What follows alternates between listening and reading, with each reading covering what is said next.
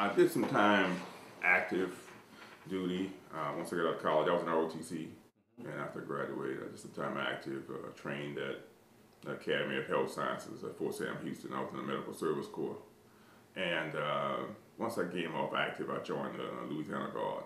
I spent about 25 years in the Louisiana Guard.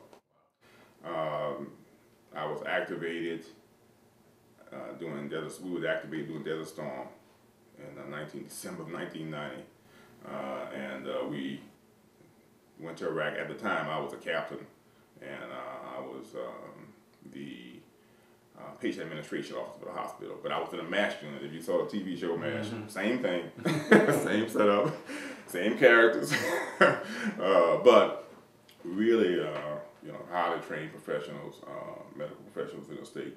And we were deployed to Iraq in January. The ground war started in February 28th, I believe.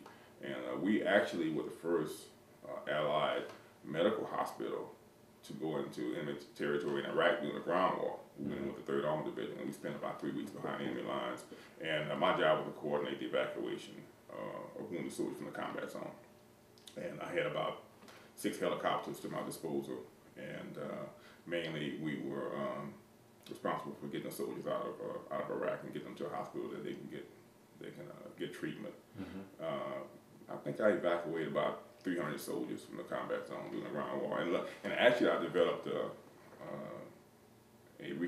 recapitulation table. I developed a method of keeping track of wounded soldiers and keeping track of soldiers who were injured or lost service time during the war.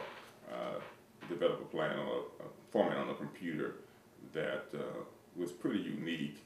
It actually is in the National Archives in Washington now, because the people from the National Archive who document the casualty rate, document all the information related to war and the aftermath, came and interviewed me and thought it was a pretty interesting way of keeping track of the casualties, and they filed it with the National Archives. So we did some, I think we did some positive things while we were there, and we certainly, as far as I'm concerned, made a contribution to the outcome of the war. Of course, one of the most successful military campaigns in the country's history.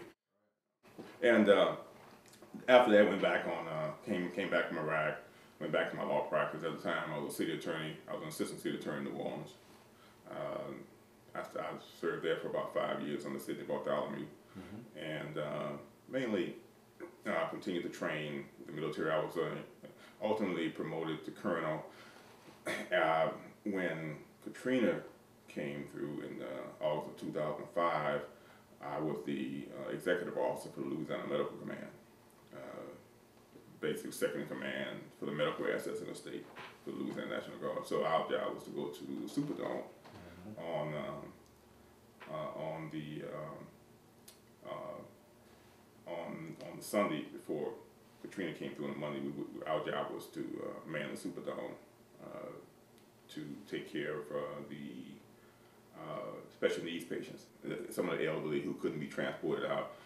Our expectation was, at least the prediction was, that we were supposed to take up to 500. We expected about 500 individuals. That's what we came prepared to treat, to take care of. That's what we had the manpower to take care of. Well, by Sunday night, we had 10,000 people waiting in the streets to get into the Superdome. Porter Street, all you can see is, as far as I can see, with people lined up down Portage going toward the river. The major winds subsided about 1 or 2 o'clock on Monday. At that point, we had about 20,000 people in the dome prepared to take care of 500.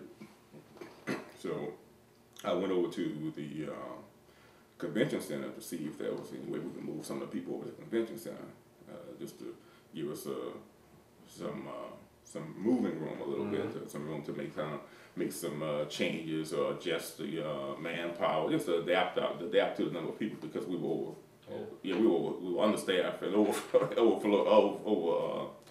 overpopulated, and there was nobody in the convention center at that point. Of course, you know, by Wednesday you saw on CNN there were 20,000 people there. Well, we didn't know they were there.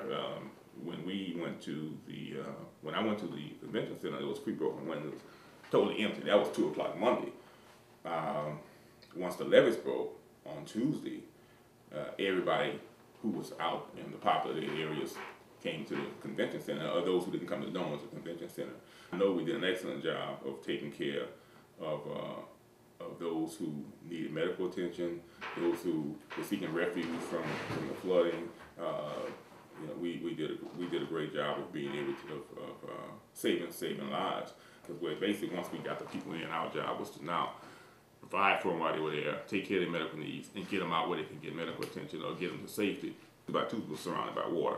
We had to send people out on helicopters. After helicopters came in to bring supplies, we would put the people who need to prioritize and put the ones who need the most care on the helicopters. That was a very slow process. At that point we had 30,000 people in there by Wednesday, and we only had a few helicopters coming in and provide supplies, but we would put people on the helicopters. The storm hit on Monday. It took us about 7 or 8 days to facilitate that whole situation and then evacuate everyone out. And I actually was, as far as I knew, was the last soldier to leave out of the dome. For the next 6 months of it, I was a military advisor for the city, and I was the medical support coordinator for Task Force Orleans. And my job at the time, in the aftermath of Katrina, was to provide. I was the liaison between the city and the Louisiana National Guard medical department to provide whatever medical assets the city needed, the hospitals needed to be able to provide care, because of course, you know, the hospitals were destroyed and we didn't have a lot of doctors had evacuated. So our job was to provide the medical support for the city of New Orleans, and I would make sure that was timely provided, and I did that for about 6 months.